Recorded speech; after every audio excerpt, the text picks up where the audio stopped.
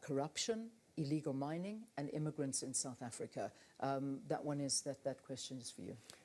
Leanne, I think what we are sitting with is a bigger issue. And what that is essentially the causes of a situation where we are starting to experience a failed state.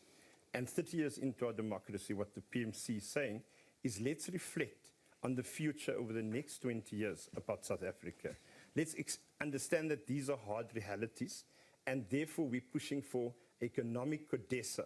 So we're calling on all political parties, all civil society organizations to have a discussion about these issues in the context of the inequality gaps in our society. So that's a very important issue for us.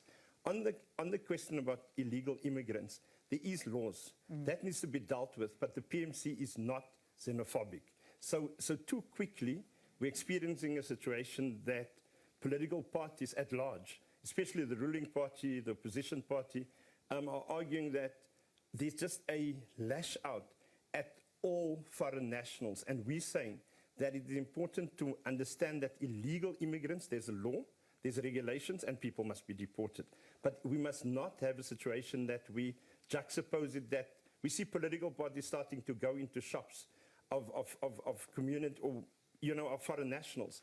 And they ransack that shops as if those are illegal foreigners. And I think the PMC has a different perspective on that. And we're saying, let's make sure that we build cohesion among South Africans and non-South Africans. And not only the version of black foreign nationals is the problem. Then the issue around illegal mining. And I want to come to Northern Cape.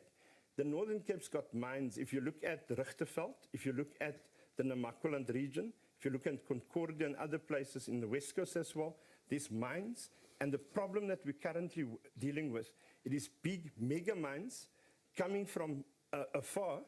The people that owns that land, we call it the Act 9 of 87. It is the old, what they call the colored reserve areas. There's 24 in the country, 12 in the Western Cape, and majority in the Northern Cape.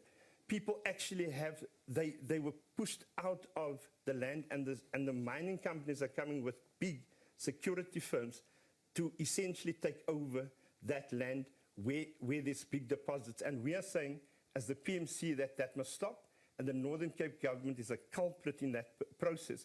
And the PMC is therefore arguing that give our land and the resources back to our people so that people do not have to be illegal miners, that there must be legal miners, and therefore the licensing process needs to be corrected.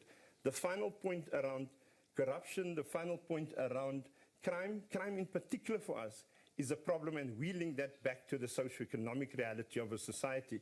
And therefore, when the PMC gets into government, what we are asking for is a reallocation and a reconfiguration of the current state of the budget so that we essentially create more opportunities to the less advantaged people, also to create a mega infrastructure program, a construction site.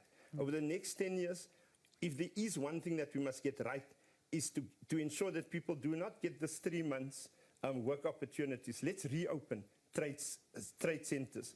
The idea about what we can call hustlepreneurs, people that's underground, informal traders, how do the government support informal traders in the township economy and not essentially allow them, for example, to be paying a lot of stuff for the trade that they are dealing with? And I think those are, and that's why we're looking at the reallocation of the economic department's budget in this case. Okay, all right, good, concise plans you've got going there. All right, let's do the same for you, Dr. Kekana, because this is a question that comes up all the time, and these issues are top of mind. So it's crime, corruption, immigrants, illegal immigrants, and mining. What do you think? What are your views?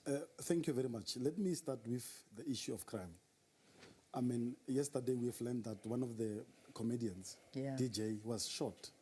And not only him, a lot of celebrities and some also normal citizens on the ground, they've been killed simply because there's no consequences, there's no actions. So we are calling for criminalization of those people who are killing others. We are calling for an overhaul on police system. We are sitting with a high level of dropouts. We are sitting with unemployment youth, which they can be reskilled to be police officers, which they can be given skills to patrol our areas and all that.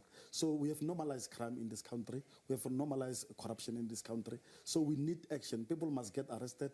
We need harsher sentences for those those culprits who commit those kind of painful acts.